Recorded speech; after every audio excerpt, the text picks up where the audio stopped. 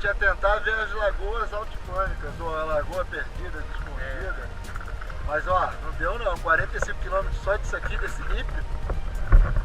Não, então um pedregulho tudo solto. Então a gente vai voltar para tentar pegar o asfalto e tentar conhecer o Salar do Atacama, claro.